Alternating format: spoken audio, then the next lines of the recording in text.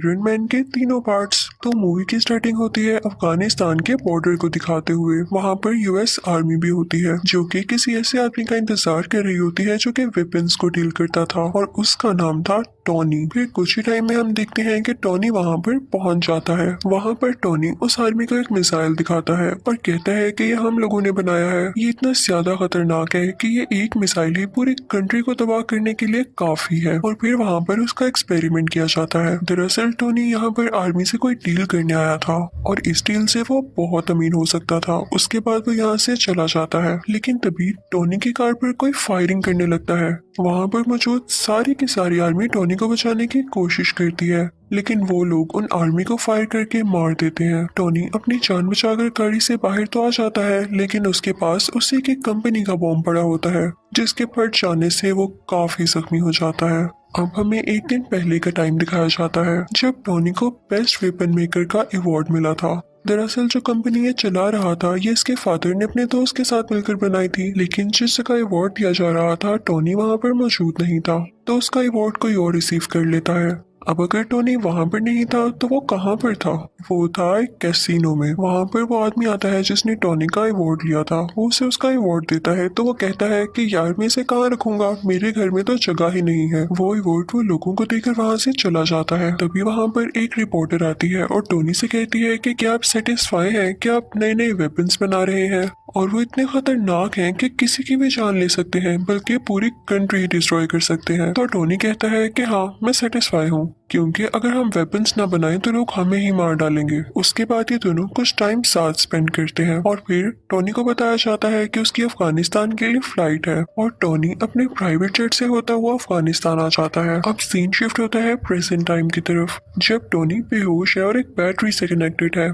जब उसे होश आता है तो वह देख के काफी हैरान होता है कि मेरे साथ बैटरीज क्यों लगी हुई हैं। वो होश में आकर अपने साथ खड़े आदमी से पूछता है कि मेरे साथ ये क्या हो रहा है। तो वो आदमी उसे बताता है कि जब तुम्हारे साथ वो बॉम्ब एक्सप्लोड हुआ तो उसके कई पीसेस तुम्हारी बॉडी के अंदर चले गए। वो इतने छोटे पीसेस थे कि हम उनको बाहर नहीं निकाल सकते थे। अब इसका एक ही हल था कि हम उन पीसेस को तुम्हारे दिल के पास जाने से रोक सकें, तो इस वजह से हम ये इलेक्ट्रोमैग्नेटिक वेव्स यूज कर रहे हैं। तो तुम्हें घबराने की कोई जरूरत नहीं है। हमें पता चलता है कि टोनी को टेररिस्ट ने किडनैप कर रखा है और तभी वहाँ पर उन टेररिस्ट का लीडर आता है। वो टोनी से कहता है कि जानते हो मैंने तुम्हें किडनैप करके यहाँ पर क्यों बुलाया, मुझे तुम्हारा बनाया गया मिसाइल काफी पसंद आया और जैसा कि तुम जानते हो कि यूएस आर्मी ने हमारे बॉर्डर पर कब्जा कर रखा है, तो मैं चाहता हूँ कि सेम मिसाइल तुम हमारे लिए भी बनाओ और बस जैसे ही तुम मुझे मिसाइल दे दोगे तो मैं उन पर अटैक करके तुम्हें छोड़ दूंगा। तो टोनी कहता है कि हरगिज नहीं, ये तुम्हारी भूल है। तो टोनी के साथ खड़ा हुआ आदमी उसे कहता है कि नहीं ऐसा नहीं करो, तुम्हारे पास इसके अलावा और कोई सोल्यूशन नहीं है, क्योंकि ये एक ऐसा इलाका है जहाँ तुम्हारे साथी इवन आर्मी भी नहीं तुम्हें ढूंढ सकती। अब ये आदमी था कौन? दरअसल ये आदमी भी वेपन्स बनाया करता था और इन्हें भी यही लोग लेकर आए थे यहाँ पर। अब टोनी और वो डिसाइड करने लगते हैं कि यहाँ से बाहर कैसे निकला जाए। हालांकि यहाँ से बाहर जाना लग तो इम्पॉसिबल रहा था, लेकिन वो फिर भी ट्राई करना चाहते थे। वो आदमी कहता है कि मुझे अपनी फैमिली के पास जाना है, तो टोनी कहता है कि मेरी कोई फैमिली नहीं, बस एक ड्राइवर और एक सेक्रेटरी है। तो वो दोनों सोचते हैं कि हम कोई ऐसा ड्रेस बनाएंगे जो कि बुलेट प्रूफ हो, ताकि जब हम लोग बाहर निकले और वो हम पे शूट करें तो हम पे कोई असर ना हो और हम फौरन से भाग जाएं। वो आदमी टोनी को बताता है कि तुम्हारी बॉडी में जो इलेक्ट्रोमैग्नेटिक वेव्स हैं उनको सिर्फ वही बैटरी कंट्रोल कर सकती है जो मैंने तुम्हारी बॉडी के साथ कनेक्ट की थी। अब उसको ढूंढना होगा ताकि उसको यूजफुल बनाकर हम यहाँ से बाहर जा सके, लेकिन उस सूट के लिए इनको बहुत हाई पावर्ड बैटरी चाहिए थी जो कि सूट को रन भी कर सकती। दूसरी तरफ लीडर को तो यही लग रहा होता है कि शायद ये लोग मेरे लिए वो मिसाइल बना रहे हैं, तो वो उसको मटेरियल भी देता रहता है, क्योंकि वो नहीं जानता होता कि मिसाइल बनाने के लिए क्या क्या मटेरियल चाहिए। लेकिन जल्द ही जब वो सूट तैयार होता है तो इस बात की खबर उस लीडर तक भी पहुंच जाती है। उसे बहुत गुस्सा आता है और वो उस आदमी को जो कि टोनी के साथ इस सूट बनाने में हेल्प कर रहा था काफी इंजर्ड कर देता है। टोनी अपना वो सूट पहनता है और उसमें सारा सिस्टम डाउनलोड करता है। उसमें वो पावर भी ले आता है और वहाँ पर मौजूद सब लोगों को मारने लगता है और उस केव से बाहर आ जाता है अपना वही ड्रेस पहनकर। टोनी वहाँ से निकलकर सारे वेपन्स डिस्ट्रॉय करता है और अपने ड्रेस में ही मौजूद रॉकेट लॉन्चर से वहाँ से फ्लाई कर जाता है। अब वो गिरता है एक डेजर्ट में, जहाँ पर उसकी टीम उसे ढूंढ लेती है और वापस उसी जगह पर ले आती है जहाँ पर वो लोग रहा करते थे। वहाँ पर टोनी के फादर के फ्रेंड भी होते हैं जिन्होंने उनके साथ मिलकर ये वेपन कंपनी खोली थी। टोनी कहता है कि मैं लाइव आना चाहता हूँ और मीडिया के सामने प्रेस कॉन्फ्रेंस भी करना चाहता हूँ। अब हम देखते हैं कि टोनी पूरे मीडिया से बात कर रहा होता है। वो कहता है कि मुझे अफगानिस्तान के लोगों ने किडनैप कर लिया। उन्होंने मुझसे डिमांड की कि मैं उनको भी वेपन्स बना कर दूं। मैंने ये सोचा है कि मेरे वेपन्स इतनी प्रॉब्लम्स क्रिएट कर रहे हैं और वो लोग भी मेरे वेपन्स को हासिल करके जंग करना चाहते हैं, वॉर करना चाहते हैं, और मैं ये सब नहीं चाहता, इसलिए मैं अपनी कंपनी ही बंद कर रहा हूँ। और एटलीस्ट अगर कंपनी बंद ना भी की तो मैं ऐसे वेपन्स कभी नहीं बनाने वाला। तो वो आदमी जो टोनी के फादर का फ्रेंड था वो सारे लोगों से कहता है कि नहीं नहीं, ऐसी बात नहीं है। टोनी बेचारा अभी अपनी जान बचा कर आया है और ये सेंसेस में नहीं है। ये भी उदास है, इसलिए बहकी बहकी बातें कर रहा है, ऐसा कुछ नहीं होने वाला। टोनी वहाँ से चला जाता है और वो आदमी भी टोनी के पीछे पीछे आता है। वो टोनी से कहता है कि आखिर हुआ क्या, तुम अफगानिस्तान से कैसे बचकर निकले और तुम्हें उन लोगों ने क्यों किडनैप किया था। तो टोनी उसे सारी बात बता देता है और ये भी बताता है कि मैंने एक आयरन सूट बनाया था जिसकी हेल्प से मैं बाहर निकला, क्या तुम भी देखना चाहोगे। तो वो आदमी कहता है कि हाँ हाँ क्यों नहीं। तो टोनी अपनी शर्ट खोलता है और अपनी चेस्ट पर वो दिखाता है, यानी उस आयरन सूट का कुछ हिस्सा। वो आदमी ये चीज देख के कहता है कि ये तो लाजवाब है, हमें इस पर और काम करना चाहिए और पूरी दुनिया के सामने लाना चाहिए, हम इससे काफी अमीर हो सकते हैं और इससे हमें काफी प्रोग्रेस मिल सकती है। लेकिन टोनी नहीं मानता और फिर जाता है अपनी सेक्रेटरी के पास। वो उससे कहता है कि मेरी चेस्ट में जो टूल लगा हुआ है मैंने इससे ज्यादा एडवांस टूल बना लिया है, उसे प्लीज उसके साथ चेंज कर दो। तो वो लड़की टोनी से पूछती है कि ये क्या करता है। तो टोनी उसे बताता है कि मेरी बॉडी में कुछ मेटल पीसीस हैं, ये उनको मेरे दिल तक जाने से रोकता है और मेरी बॉडी में और ज्यादा पावर और एनर्जी बनाता है। दूसरी तरफ डेजर्ट में उन अफगानिस्तान के टेररिस्ट को उस सूट के कुछ पार्ट्स मिल जाते हैं जिसे वो लोग जोड़कर पता लगा लेते हैं कि असल में चीज क्या है। और उधर टोनी भी एक नए ड्रेस बनाने की कोशिश में होता है। उसने उस ड्रेस में और ज्यादा अच्छे रॉकेट लॉन्चर्स लगा रखे थे जो उसे उड़ने में मदद देने वाले थे। अब वो अपनी ड्रेस में लगे सिस्टम को ऑर्डर देता है कि मुझे और ऊपर उड़ाओ, लेकिन जब वो काफी ज्यादा ऊपर पहुंच जाता है तो उसके ड्रेस में बर्फ जमने लगती है सर्दी की वजह से और उसके सिस्टम में एरर आ जाता है और वो नीचे आकर गिरता है। जैसे ही वो नीचे आ रहा होता है तो अपने सिस्टम को दोबारा से ऑर्डर देता है क्योंकि अब उस पर से बर्फ मेल्ट हो रही थी और वो दोबारा से उड़ जाता है। फिर घर आकर वो ड्रेस में कुछ चेंजेस करता है ताकि ज्यादा ऊंचाई पर जाने में वो ड्रेस ना जमे, और टेबल पर उसकी सेक्रेटरी ने उस पुराने टूल पर कुछ लिख के उसके लिए रखा होता है जिसे देख के वो काफी खुश होता है। फिर शाम को हम देखते हैं कि टोनी एक पार्टी में जाता है जहाँ पर उसकी सेक्रेटरी भी होती है। वो दोनों साथ टाइम स्पेंड करते हैं, डांस करते हैं और काफी एंजॉय करते हैं कि तभी वहीं पर वो रिपोर्टर आ जाती है जिसने उससे कुछ क्वेश्चंस किए थे। वो कहती है कि जो मिसाइल तुमने अफगानिस्तान में दिखाया उस जैसे कई मिसाइल अब अफगानिस्तान खुद बना रहा है और मुझे नहीं लगता कि ये तुम्हारी परमिशन से हो रहा है या तुमने ऐसा कुछ करने को कहा है।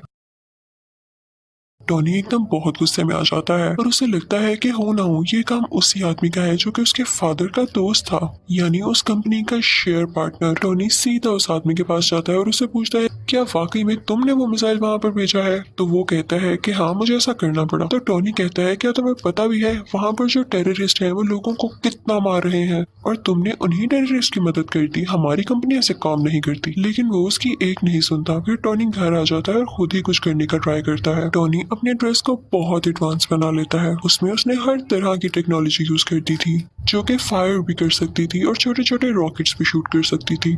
टोनी फौरन से वो ड्रेस पहनकर अफगानिस्तान जाता है। वहां पर जाकर वो सब आदमियों से लड़ता है, इवन उन टेररिस्ट के लीडर से भी, और फिर अपनी ड्रेस से एक छोटा सा रॉकेट वहां पर छोड़ता है जिससे वो जगह डिस्ट्रॉय हो जाती है। वहां की एयरफोर्स को भी पता चल जाता है कि यहाँ पर कोई एक्सप्लोजन हुआ है, लेकिन वो आयरन मैन को ढूंढ ही नहीं पाते। फिर टोनी अपने उस दोस्त को कॉल करता है जो कि इसे अवार्ड देने कैसीनो आया था। वो अपने दोस्त से कहता है कि मैं ही हूँ जिसने ये सारा ब्लास्ट किया है, तो प्लीज तुम इस मैटर का ख्याल रख लेना। फिर जब उसे पूछा जाता है कि ये अटैक्स किसने किए तो वो कहता है कि हो सकता है कई दुश्मनों ने मिलकर ये अटैक किया हो, यानी वो ये बात टोनी पर नहीं आने देता। अब जब टोनी के फादर का दोस्त ये बात सुनता है तो उसे बड़ी हैरानी होती है कि ऐसे कोई अटैक करके गायब हो सकता है। वो फौरन से अफगानिस्तान जाता है और वहाँ के टेररिस्ट से बात करता है। तो वो टेररिस्ट कहते हैं कि हम जान चुके हैं कि काम किसका है, लेकिन हम तब तक खामोश हैं जब तक हम पूरी बात का न पता लगा लें। ये आयरन मैन ही है क्योंकि हमें डेजर्ट से उसके ड्रेस के कुछ पार्ट्स मिले हैं। वो टेररिस्ट उस आदमी से कहते हैं कि अगर तुम हम लोगों को पैसे दे दो तो मैं सूट का डिजाइन तुम्हें बता सकता हूँ। लेकिन टॉनी के फादर का दोस्त ऐसा नहीं करता, बल्कि वो उन लोगों को डरा धमका कर वो ड्रेस अपने साथ ले आता है। टॉनी को पता चल जाता है कि उसका पुराना ड्रेस किसी ने चुरा लिया है। वो फौरन से अपनी सेक्रेटरी के पास जाता है और उसे कहता है कि कैसे भी करके मुझे उसको रोकना होगा कि कहीं ये सारी इन्फॉर्मेशन लीक ना हो जाए और वो मेरा नाम, मेरी आइडेंटिटी यूज करके हर जगह तबाही फैलाए। अब टॉनी की सेक्रेटरी उस आदमी के ऑफिस जाती है, यानी वही आदमी जो टॉनी के फादर का दोस्त है। वो सारी इन्फॉर्मेशन उसके कंप्यूटर से कॉपी करने लगती है और साथ ही साथ उसे ये भी पता चलता है कि यही वो आदमी था जिसने टॉनी को किडनैप करवाया था उन टेररिस्ट से, क्योंकि ये नहीं चाहता था कि टॉनी का इस कंपनी में जरा सा भी शेयर हो। ये सुन के वो काफी हैरान होती है और वहाँ से जाने ही वाली होती है कि तभी वहाँ पर वही आदमी आ जाता है जिसके कंप्यूटर से वो डेटा चुरा रही थी। लेकिन वो उसे बातों में लगा के वहाँ से चली जाती है। अब वो आदमी भी इतना कोई इनोसेंट नहीं था, उसे पता चल जाता है कि ये लड़की मेरे कंप्यूटर से सारा डेटा चुरा गई है। जब वो लड़की सारी इन्फॉर्मेशन लेके वहाँ से निकल रही होती है तो एक आदमी आता है और कहता है कि आप टॉनी को जानती है ना, कि आप टॉनी से मेरा इंटरव्यू करा देंगी, मुझे उससे कुछ सवालात पूछने हैं, कुछ क्वेश्चनिंग करनी है। और दूसरी तरफ टॉनी के फादर के फ्रेंड को भी अजीब अजीब फील हो रहा होता है, क्योंकि वो जानता था कि टॉनी अब कितना पावरफुल है और उसे पता चल चुका है कि इस सारी गेम के पीछे मेरा ही हाथ है। उस आदमी ने कुछ साइंटिस्ट को ऑर्डर दिया होता है वही टूल बनाने के लिए जो कि टॉनी की चेस्ट में था। लेकिन हैरानी वाली बात यह है कि जो टूल ये बनवा रहा था उसका साइज काफी बड़ा था, लेकिन उसको कंप्लीट होने में भी टाइम था। तो ये जाता है टॉनी के घर काफी गुस्से में। वो टॉनी की बॉडी को डीएक्टिवेट करके उसकी चेस्ट में से वो टूल, यानी जो उसका हार्ट था, वो ले जाता है, जिसकी वजह से टॉनी बहुत डाउन फील करने लगता है और उसके बगैर वो ज्यादा देर जिंदा रहने वाला नहीं था। कि तभी टॉनी को याद आता है कि उसके सेक्रेटरी ने उसे एक पुराना टूल भी दिया था। वो फौरन से उसको लगा लेता है और अपना ड्रेस दोबारा से अपनी बॉडी पर ले आता है। अब टॉनी के फादर का फ्रेंड तो टॉनी का वो टूल लेके जा चुका था। उसने अपने पास काफी बड़ा आयरन जायंट बना रखा था जिसका वो नाम रखता है आयरन मॉन्गर। वो आदमी वो टूल जो टॉनी की चेस्ट से निकाला गया था उसके अंदर डाल देता है, जिससे वो एक्टिवेट होने लगता है। उसमें कई पावर्स आ जाती हैं। लेकिन इतनी ही देर में असली आयरन मैन भी वहां पर पहुंच चुका था और अब इन दोनों में काफी ज्यादा फाइट होती है। अब वो दोनों लड़ते लड़ते रोड पर आ जाते हैं। तभी आयरन मैन को याद आता है कि अभी तक ये सूट पूरी तरह ठीक नहीं हुआ, यानी अभी भी ये कई ज्यादा हाइट पर जाकर फ्रीज हो जाएगा। वो फौरन से ऊपर उड़ने लगता है ताकि आयरन मॉन्गर भी उसका पीछा करे। और जब वो लोग बहुत ऊपर पहुंच जाते हैं तो आयरन मॉन्गर का ड्रेस जमने लग जाता है, फ्रीज होने लग जाता है और वो अजीब सा हो थोड़ा डल होके नीचे गिरने लगता है। लेकिन तभी नीचे आते ही वो दोबारा से एक्टिवेट हो जाता है और वो आयरन मैन पर अटैक करने लगता है। अब ये दोनों पता है कहाँ आकर गिरते हैं?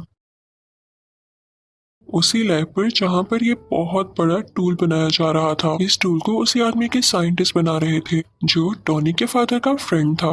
अब आयरन मैन अपनी सेक्रेटरी को फौरन से कहता है कि तुम ये टूल एक्टिवेट कर दो, मैं यहाँ से फौरन से भाग जाऊंगा और इसका सारा का सारा इफेक्ट इस आयरन मॉन्गर पर हो जाएगा, क्योंकि ये नहीं जानता होगा कि टूल स्टार्ट होने वाला है। वो लड़की ऐसा ही करती है। उसमें काफी ज्यादा रेज निकलती हैं जो कि आयरन मॉन्गर के गिर्द आ जाती हैं और इन रेज की वजह से आयरन मॉन्गर मारा जाता है। अब अगले दिन हम देखते हैं कि टॉनी की प्रेस कॉन्फ्रेंस होती है और सारे उससे क्वेश्चन कर रहे होते हैं कि क्या आप ही हो आयरन मैन? तो उसके पास एक आदमी आता है और कहता है कि नहीं, आपने ये नहीं कहना, आपने ये कहना है कि उसमें आपका बॉडीगार्ड था और उन दोनों में आपस में कोई पर्सनल इश्यूज की वजह से लड़ाई हो रही थी और आपके फादर के फ्रेंड भी नेचुरल डेथ मरे। लेकिन टोनी वो स्क्रिप्ट उठा के सब लोगों के सामने चला जाता है। तभी उसका दोस्त उसके कान में कहता है कि जो भी बात सच है वही बोलिएगा। आयरन मैन सबके सामने बोल देता है, आई एम आयरन मैन। यानी अब सबको पता चल चुका था कि असली आयरन मैन टोनी ही है। और इसी के साथ आयरन मैन पार्ट 1 यही खत्म हो जाता है। आयरन मैन पार्ट 2, अब जहाँ पर पार्ट 1 का एंड हुआ था वहीं से पार्ट 2 स्टार्ट होता है। वही न्यूज के टोनी ने ये एक्सेप्ट कर लिया है कि वही आयरन मैन है। किसी के टीवी पर चल रही होती है और जो आदमी इसको देख रहा होता है उसका नाम इवैन होता है। ये न्यूज देखते ही इवैन के फादर की डेथ हो जाती है। तो इवैन कहता है कि मैं आयरन मैन से बदला लेके जरूर रहूंगा। तो वो भी एक छोटा सा टूल तैयार करता है जिससे वो अपना ड्रेस बनाने वाला था, क्योंकि वो आयरन मैन से फाइट करने लगा था। अब कई दिन बाद इवैन का ड्रेस तैयार हो जाता है और वो उसे नाम देता है व्हिपलैश। उसमें ये पावर थी कि वो किसी भी मेटल को काट सकता था। फिर हम देखते हैं कि 6 महीने गुजर जाते हैं और टोनी कुछ लोगों से स्पीच कर रहा होता है। उसने अपना वही ड्रेस पहना होता है। वो बताता है कि मेरे फादर का ये ड्रीम था कि वो एक सिटी बनाए जिसमें एडवांस बिल्डिंग्स हो और काफी अच्छी टेक्नोलॉजी हो, लेकिन वो तो अपना ये ड्रीम पूरा नहीं कर पाए। अब मैं उनका ये ड्रीम पूरा करूंगा। और वो अपना ड्रेस सबको दिखाता है कि ये ड्रेस मेरी हेल्प करेगा। टोनी ये सब बातें करके वहां से निकल ही रहा होता है कि तभी उसके पास कुछ लोग आते हैं। वो टोनी से कहते हैं कि आपसे कुछ लोग कुछ बातें पूछना चाहते हैं। वो सब लोग ये चाहते हैं कि आप सुबह कोर्ट में आए। वो आपके ड्रेस के बारे में आपसे कुछ इन्वेस्टिगेशन करेंगे। जब टोनी कोर्ट जाता है तो उसे पता चलता है कि वहाँ पर तो आर्मी है। कोर्ट के सेनेटर उसे कह रहे होते हैं कि सूट तो तुमने काफी अच्छा बनाया है, लेकिन इतनी ज्यादा पावरफुल और खतरनाक चीज तुम्हारे पास नहीं होनी चाहिए। या आर्मी को दे दो क्योंकि वो अपने सोल्जर्स की काफी अच्छी ट्रेनिंग कर सकती है इससे।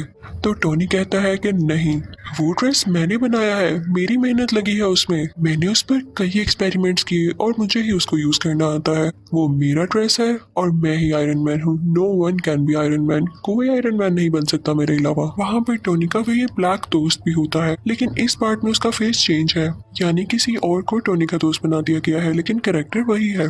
वो भी सेम बात कहता है कि मुझे ये कहना पड़ रहा है कि ये ड्रेस वाकई बहुत डेंजरस है और ये आर्मी के पास होना चाहिए, लेकिन फिर भी टोनी नहीं मानता। फिर वहाँ पर एक वेपन एक्सपर्ट भी आता है जो कि सेम बात बोलता है, लेकिन टोनी कहता है कि मैं तुम लोगों में से किसी की बात नहीं सुनने वाला। टोनी उन सब से कहता है कि मैं जानता हूँ आप लोगों को ऐसा करने के लिए किसने कहा है। इनफैक्ट वो आदमी इसलिए चाहता है कि आप लोग मेरा ड्रेस ले लें क्योंकि वो खुद ऐसा ड्रेस नहीं बना पा रहा। उसने मेरी कॉपी करके कई ज्यादा ड्रेसेस बनाए हैं, लेकिन वो उस काम के नहीं जो कि मेरा ड्रेस है। तो आप लोग उसकी बातों में क्यों आ रहे हैं? मैं आपको प्रूफ्स भी दिखाता हूँ। और टोनी फिर उनको प्रूफ्स भी दिखाने लगता है कि वाकई वो आदमी कैसा है। वो कहता है कि इतना बड़ा वेपन मेकर मेरी ड्रेस को कंट्रोल ही नहीं कर पा रहा, तो आप लोग कैसे कर पाएंगे? इसे सिर्फ मैं चला सकता हूँ और मैं जानता हूँ ये किसी को नुकसान नहीं देगा। सबको उसकी बात अच्छी लगती है और फिर वो वहाँ से चला जाता है। दूसरी तरफ हम देखते हैं कि इवैन अपना व्हिप्लैश ड्रेस कंप्लीट कर चुका होता है और अब वो चाहता था कि वो डायरेक्ट जाकर आयरन मैन से लड़ाई करे। दूसरी तरफ टोनी भी अपने ड्रेस को चेक कर रहा होता है। उसके ड्रेस में एक ऐसा कोर होता है जो कि सबसे ज्यादा यूजफुल था, लेकिन यूजफुल होने के साथ साथ वो काफी खतरनाक भी था। उसकी वजह से टोनी की बॉडी में काफी पॉइजन फैल रहा था। उसी दौरान टोनी इस सोच में भी पड़ जाता है कि अगर मुझे कुछ हो गया तो कंपनी का क्या होगा। तो वो अपनी सेक्रेटरी को बुलाता है और उससे कहता है कि मैं तुम्हें अपनी कंपनी का सीईओ बनाता हूँ। ये कंपनी अब से तुम्हारे अंडर है, तुम जिसको चाहो हायर करो। फिर टोनी की सेक्रेटरी जो कि अब उस कंपनी की सीईओ थी, एक लड़की को इंटरव्यू के लिए बुलाती है, लेकिन वो लड़की किसी कंपनी की एजेंट होती है। फिर हम देखते हैं कि कार रेस हो रही होती है और उसमें टोनी ने भी पार्टिसिपेट किया होता है, लेकिन तभी वहाँ पर इवैन यानी व्हिप्लैश आ जाता है और उस पर अटैक कर देता है, जिससे उसकी गाड़ी 2 हिस्सों में टूट जाती है। ये न्यूज टीवी पर टोनी की असिस्टेंट यानी वो सीईओ भी देख लेती है और उसके बॉडीगार्ड से कहती है कि हमें फौरन उसकी मदद के लिए जाना होगा। वो दोनों जाते हैं और टोनी को उसका ब्रीफ केस देते हैं जिसके अंदर वो आयरन मैन वाला ड्रेस होता है और टोनी उसको पहन लेता है। अब आयरन मैन में और व्हिप्लैश में काफी लड़ाई होने लगती है, लेकिन आयरन मैन जो भी अटैक्स कर रहा था व्हिप्लैश उनको रोके जा रहा था और कई देर तक ऐसे चलता है। लेकिन तभी आयरन मैन व्हिप्लैश पर जोरदार अटैक करता है जिससे फाइनली व्हिप्लैश को डिफीट हो जाती है। व्हिप्लैश को अरेस्ट कर लिया जाता है। थोड़ी देर बाद टोनी पुलिस स्टेशन जाता है इवैन से ये पूछने के लिए कि उसने उस पर अटैक क्यों किया। वो आगे से चुप रहता है तो टोनी उससे कहता है कि वैसे तुम्हारी टेक्नोलॉजी थी बड़ी कमाल की, तुम अगर ये आर्मी को बेच देते तो तुम काफी अमीर हो सकते थे। और ये कह के वो वहां से चला जाता है। फिर हम देखते हैं कि एक और आदमी आता है जो कि सेम टू सेम इवैन के जैसा था, इवन उसका यूनिफॉर्म भी। वो दरअसल जेल में इसलिए भेजा गया था ताकि उसको मरवाकर लोगों को ये शो किया जा सके कि इवैन मर चुका है। और एक आदमी जो कि बहुत बड़ा गैंगस्टर था असली इवैन को रेस्क्यू कर लेता है, वहां से निकलवा लेता है। सबको यही लग रहा था कि इवैन मारा जा चुका है क्योंकि उन्होंने वहां पर ब्लास्ट करवा के नकली इवैन को मरवा दिया था। वो गैंगस्टर किसी इंडस्ट्री का ओनर था और टोनी का सबसे बड़ा दुश्मन था। वो ये चाहता था कि वो भी आयरन मैन के ड्रेस की तरह कई ज्यादा ड्रेसेस बनाए और पूरी आर्मी बनाए उनसे। उसने इवैन को भी इसीलिए छुड़वाया था। दूसरी तरफ टोनी के ड्रेस का वो कोड उसे काफी सता रहा होता है। वो उसकी चेस्ट में मुसलसल पॉइजन पहुंचा रहा था, जिससे उसे फील हो रहा था कि अगर उसने कुछ ना किया जल्द तो वो मारा जाएगा। लेकिन इस बात की फिक्र ना करते हुए वो अपनी बर्थडे पार्टी रखता लगता है और उसमें डांस कर रहा होता है कि तभी उसका वो ब्लैक फ्रेंड आता है और उससे कहता है कि आर्मी का ऑर्डर है कि कल तुम्हें या तुम्हारे ड्रेस को उनके सामने लाया जाए। वो आदमी भी टोनी से अब तंग आ चुका था। वो कहता है कि तुम अपना ड्रेस पहन के पार्टी कर रहे हो, तुम जानते भी हो कि कितना खतरनाक है, लेकिन टोनी उसकी बात नहीं सुनता। तो वो भी टोनी का पुराना ड्रेस पहन कर आ जाता है और उन दोनों में अब काफी ज्यादा फाइट होती है। दोनों ने ही आयरन के ड्रेसेस पहने रखे थे और दोनों चाहते थे कि किसी न किसी तरह एक दूसरे को हरा दें ताकि पहला जीत जाए। अब दोनों अपने अपने हाथ से लेजर निकालने लगते हैं और एट अ टाइम लेजर निकलने से दोनों लेजर्स आपस में टकरा जाती हैं और बहुत बड़ा ब्लास्ट होता है। जहाँ पर ब्लास्ट होता है और टोनी की बर्थडे पार्टी हो रही होती है वो जगह कोई और नहीं बल्कि टोनी की कंपनी होती है। अब वहाँ से टोनी का पुराना ड्रेस लेके वो ब्लैक फ्रेंड तो चला जाता है, लेकिन टोनी वहीं पर नशे की हालत में होता है। फिर हम देखते हैं कि एक आंख वाला आदमी टोनी के पास आता है और उससे कहता है कि तुम्हारे फादर क्या क्या करना चाहते थे और तुम क्या कर रहे हो, तुम नशा करके इधर उधर फिरते रहते हो। तो टोनी कहता है कि अपनी जुबान बंद रखो, तुम होते कौन हो ऐसे बोलने वाले। तो वो आदमी कहता है मैं तुम्हारे बारे में सब कुछ जानता हूँ, वो लड़की जो तुम्हारी कंपनी में इंटरव्यू देने आई थी वो कोई और नहीं बल्कि मेरी ही सीक्रेट एजेंट है और तुम्हारी सारी बातें सारी रिपोर्ट से मुझे देती रही है। फिर वो आदमी ये भी कहता है कि मैं ये नहीं चाहता कि तुम्हारा कोई नुकसान हो, मैं चाहता हूँ कि तुम और ज्यादा अच्छा एक ड्रेस बनाओ जिससे पूरी दुनिया को फायदा हासिल हो और मेरे पास तुम्हारे फादर की कुछ चीजें भी हैं, चाहो तो उन्हें मेरे से ले सकते हो। टोनी उस एक आंख वाले आदमी के पास से वो सारी चीजें ले आता है तो उसे पता चलता है कि उसके फादर जो सिटी बनाना चाहते थे वो उस टूल की मदद से बनाई जा सकती है। वो उस पर पूरी तरह से रिसर्च करने लगता है। वहां पर उसको कोर का पूरा डिजाइन भी नजर आ जाता है। वो उस पर थोड़ी सी और रिसर्च करता है और काफी चेंजेस करने के बाद बहुत ही ज्यादा एडवांस टूल बना लेता है और फिर उसी टूल से वो एक नया ड्रेस तैयार करता है जिसको वो नाम देता है मार्क 6। और साथ ही उसे इवेंट की कॉल भी आती है जो कहती है कि मैंने तुम्हारे दुश्मन के साथ मिलकर एक काफी अच्छा ड्रेस तैयार कर लिया है। मैं वेट करूंगा उस दिन का जब तुम और मैं आमने सामने होंगे और देखते हैं कि कौन जीतता है, कि इन लोगों ने वो ड्रेस किस तरह से तैयार किया। टोनी का वो पुराना ड्रेस जो कि टोनी का दोस्त आर्मी के पास लेके आया था, उस ड्रेस में इवान ने और टोनी के दुश्मन ने कुछ चेंजेस किए और उसको और ज्यादा एडवांस बना दिया कुछ टेक्नोलॉजीज की मदद से, जो कि बहुत सारी वॉर्स लड़ सकता था और फाइट कर सकता था। अब दूसरी तरफ टोनी का दुश्मन लोगों से स्पीच कर रहा होता है कि मैंने आयरन सोल्जर्स बनाए हैं क्योंकि अब आयरन आर्मी का दौर है। दूसरी तरफ टोनी को भी पता चल जाता है कि इवान किसी के साथ सच्चा नहीं है, तो वो जाता है अपने उसी दुश्मन के पास, उसी इंडस्ट्री के ओनर के पास, और उसे जाके कहता है कि इवान तुम्हारे साथ धोखा करेगा, वो तुम्हारी सारी आर्मी को अपने कब्जे में कर लेगा और वो सिटी पर अटैक कर देंगी। और ऐसे ही होता है, इवेंट देखते ही देखते सब सूट्स को अपने काबू में कर लेता है और उस वॉर मशीन को भी, जो कि इन लोगों ने नई टेक्नोलॉजीज के साथ तैयार की थी। वही ड्रेस जो कि टोनी का पुराना ड्रेस था। टोनी उस इंडस्ट्री के ओनर से कहता है कि मैंने कहा था ना, जाओ अब अपने सोल्जर्स को कंट्रोल करो, लेकिन अब बहुत देर हो चुकी थी। तो वो सीक्रेट एजेंट वहां पर पहुंचती है जहां पर इवान इन सारे आयरन सोल्जर्स को कंट्रोल कर रहा होता है, लेकिन वो सारे के सारे अपना कंट्रोल खो चुके थे। तभी वहां पर आता है टोनी जो कि अब आयरन मैन बन चुका था। वो आते ही अपनी पावर्स का यूज करता है और सारे आयरन सोल्जर्स को मार गिराता है, लेकिन तभी उसके सामने आ जाता है व्हिप्लैश जो कि ज्यादा स्ट्रॉन्ग हो गया था अपने उसी ड्रेस में। टोनी यानी आयरन मैन उस पर अटैक करने लगता है, लेकिन अब उस पर कुछ असर नहीं हो रहा था क्योंकि व्हिप्लैश अब काफी स्ट्रॉन्ग हो चुका था और अब वो जानता था कि आयरन मैन का मुकाबला कैसे करना है। तभी टोनी को याद आता है कि जब उसकी और उसके ब्लैक फ्रेंड की लेजर आपस में टकराई थी तो बहुत बड़ा ब्लास्ट हुआ था। वो अपने उस फ्रेंड से कहता है कि हम वो एक्सपेरिमेंट दोबारा से करते हैं। अब वो दोनों ऐसे ही करते हैं और वहां पे काफी बड़ा ब्लास्ट होता है। व्हिप्लैश वहीं पर मारा जाता है। अब अगले सीन में हम देखते हैं कि टोनी के पास वही एक आंख वाला आदमी आता है और उससे कहता है कि मैं तुम्हें गुड न्यूज दूं, तुम्हारा जो आयरन मैन वाला ड्रेस है उसको एवेंजर्स ने अप्रूव कर लिया है, यानी अब वो एवेंजर्स टीम में यूज होगा। लेकिन आई एम सॉरी, तुम उसके लिए सिलेक्ट नहीं हुए, तुम्हें सिर्फ पीछे से काम करना होगा। तो टोनी कहता है कोई मसला नहीं, आई एम एक्सेप्टिंग, लेकिन मुझे इस बात का क्रेडिट चाहिए। फिर अगले सीन में हम देखते हैं कि कोर्ट के सेनेटर टोनी यानी आयरन मैन को और उसके ब्लैक फ्रेंड को मेडल देते हैं और उनसे कहते हैं कि थैंक यू, आपने पूरी दुनिया को बचा लिया। और इसी के साथ आयरन मैन पार्ट 2 यहीं खत्म हो जाता है। तो अब बारी है पार्ट 3 की एक्सप्लेनेशन की। तो मूवी का स्टार्ट होता है एक फ्लैशबैक को दिखाते हुए जहाँ पर एक लेडी उसे बता रही होती है कि मैंने एक ऐसा वायरस बनाया है जिसमें बहुत सारी पावर्स हैं। इवन वो लोग जो डिसेबल हैं, माजूर हैं, वो भी अपनी पावर्स वापस ला सकते हैं, यानी वो बिल्कुल ठीक हो सकते हैं। तभी वहाँ पर एक ग्लासेस वाला साइंटिस्ट आता है जो कि टोनी से कहता है कि हमारी कंपनी एक बहुत बड़ा एक्सपेरिमेंट करने वाली है, उसमें बहुत ज्यादा एडवांस टूल यूज होने होने वाले हैं, तो मैं तुम्हें ऑफर कर रहा हूँ कि मेरी कंपनी को ज्वाइन कर लो। दरअसल वो टोनी से काफी इम्प्रेस होता है, लेकिन टोनी उसकी ऑफर को रिजेक्ट कर देता है और वहाँ से चला जाता है। हम देखते हैं कि टोनी को एक मेंटल इशू हो गया था, उसी वजह से जब आयरन आर्मी ने पूरे सिटी पर अटैक्स किए थे और टोनी उन्हें शुरू में बचा नहीं पा रहा था, उसे वो फ्लैशबैक बार बार आते थे और इसी को लेके वो काफी सैड और बुरा फील किया करता था। लेकिन उसका दोस्त उसे हौसला देता है। आयरन मैन सोचता है कि अगर उन लोगों ने दोबारा से अटैक कर दिया तो मैं क्या करूंगा। इसके लिए वो आयरन मैन की पूरी टीम बना देता है और वो उस टीम का नाम रखता है आयरन लीजन। अब हमें पता चलता है कि पूरी कंट्री में दोबारा से अटैक्स हो रहे हैं और वो कोई और नहीं बल्कि मैंड्रिन नाम का एक आदमी करवा रहा है। टोनी यानी आयरन मैन का एक बॉडीगार्ड भी उसी कंट्री में होता है जो कि उन अटैक्स की वजह से शदीद जख्मी हो चुका था। टोनी उससे बहुत प्यार करता था, इसलिए उसे गुस्सा आ जाता है, तो वो प्रेस कॉन्फ्रेंस करता है कि अगर ये अटैक्स ना रुके गए तो मैं उस मैंडरिन के साथ बहुत बुरी तरह पेश आऊंगा। लेकिन लगता है ये बात उसकी मैंडरिन को बिल्कुल पसंद नहीं आती। वो जनाब टोनी के घर पर ही अटैक करवा देता है, जिससे टोनी यानी आयरन मैन का घर पूरी तरह से तबाह हो जाता है। उस वक्त टोनी के साथ वही लड़की भी थी जिसने वो वायरस बनाया था जो कि डिसेबल लोगों को ठीक कर सकता था। आयरन मैन अपना ड्रेस पहनता है और उस लड़की को बचाकर वहां से ले जाता है, लेकिन आयरन मैन के सूट में एक एरर आ जाता है। जिस जगह उसने लैंड करना था वो वहां पर नहीं जाता, बल्कि किसी ऐसी जगह में गिर जाता है जहां पर स्नो फॉलिंग हो रही होती है।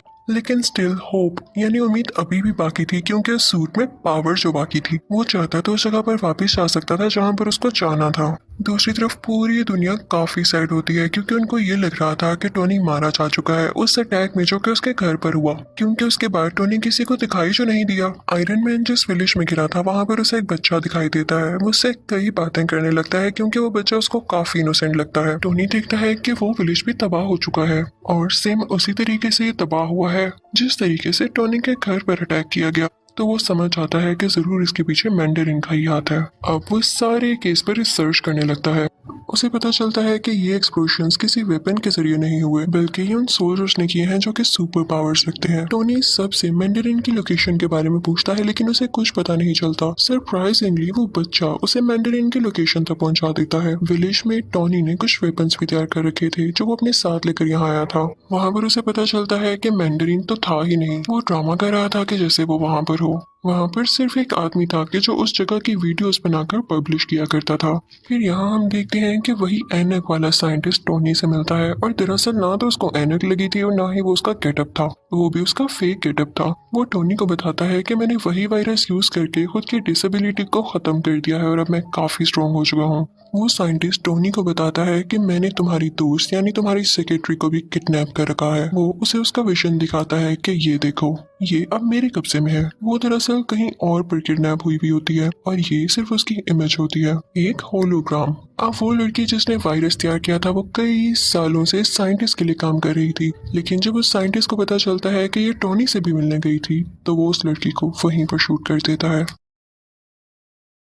हम देखते हैं कि वो साइंटिस्ट काफी अच्छी टेक्नोलॉजी यूज करता था, जिसकी वजह से उसकी लोकेशन कोई भी ट्रैक नहीं कर पाता था। वहाँ पर वॉर मशीन भी होती है जो कि टोनी का फ्रेंड चला रहा होता है, यानी वही आयरन सूट जो वो लेकर भागा था। लेकिन अब उस ड्रेस का नाम चेंज कर दिया गया था और ये उसी साइंटिस्ट ने किया था। दरअसल वो टोनी को ये बताना नहीं चाहता था कि ये वही ड्रेस है। वो उस ड्रेस को यानी वॉर मशीन को अपने पास ले आता है, लेकिन टोनी भी काफी पावरफुल था। वो वहाँ से जान छुड़ाकर भाग चुका था क्योंकि उसे मैंडरिन की लोकेशन का पता लगाना था। इसी दौरान टोनी को पता चलता है कि वो साइंटिस्ट वो एडवांस ड्रेस चुराकर यूएस के प्रेसिडेंट को मारना चाहता है और इसके लिए उसे कुछ भी करके उसे रोकना होगा। और इसी पर्पस के लिए वो साइंटिस्ट वहां पर पहुंच जाता है जहां पर वो प्रेसिडेंट होते हैं जो कि किसी और कंट्री जाने के लिए तैयार हो रहे थे। वो उसे किडनैप कर लेता है और अपनी सीक्रेट लोकेशन पर ले आता है जहां पर कोई नहीं पहुंच सकता था। लेकिन टोनी वहां पर पहुंच ही जाता है क्योंकि उसकी हेल्प की थी उस छोटे बच्चे ने, और टोनी था भी बहुत टैलेंटेड। टोनी वहां पर जाकर सारे बाकी पैसेंजर्स को भी बचा लेता है, लेकिन जब बारी आती है प्रेसिडेंट को बचाने की तो इतनी ही देर में वो साइंटिस्ट उसे लेकर वहां से जा चुका होता है और वो नाकाम रह जाता है प्रेसिडेंट को बचाने में।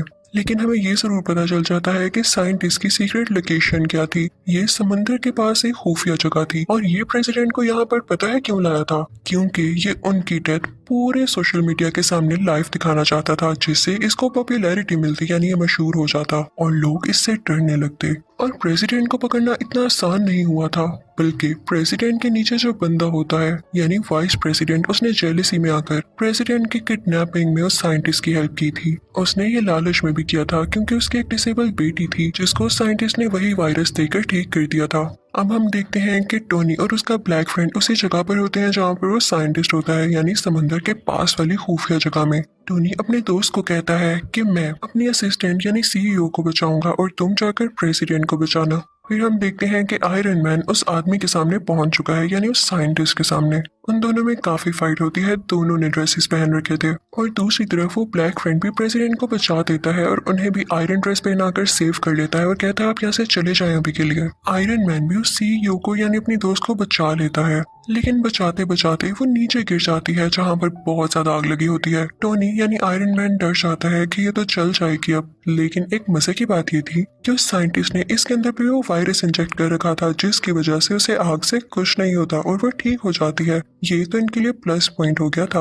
अब हम देखते हैं कि टोनी यानी आयरन मैन जाता है उसी साइंटिस्ट के पास। उन दोनों में काफी ज्यादा फाइट होने लगती है, लेकिन जब वो देखता है कि इस पर ना तो मेरी आर्मी का कोई असर हो रहा है ना तो मेरे अटैक्स का, तो उसके पास एक आइडिया आता है। वो अपना ड्रेस उतारता है और उसे साइंटिस्ट को पहना देता है।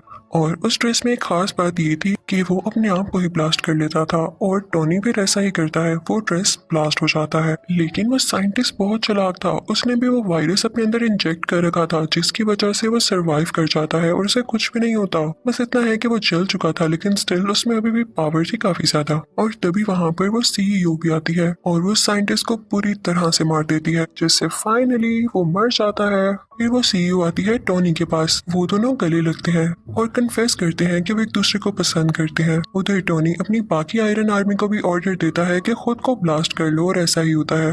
आसमान में लग रहा होता है जैसे फायरवर्क्स चल रहे हों। फिर नेक्स्ट सीन में हम ये भी देखते हैं कि पुलिस ने नकली मैंडरिन और उस वाइस प्रेसिडेंट को भी अरेस्ट कर लिया है। फिर हम देखते हैं क्योंकि टोनी यानी आयरन मैन काफी मशहूर हो चुका था, तो दुनिया के बड़े बड़े सर्जन्स उसका ऑपरेशन करते हैं। उसमें जो मेटल के पीसीस होते हैं वो उसको निकाल देते हैं। ये बहुत ही बड़ी गुड न्यूज थी, यानी ना उसे किसी टूल की जरूरत थी, ना उसे किसी कोर की, ना ही ड्रेस की जरूरत थी उसे जिंदा रखने के लिए।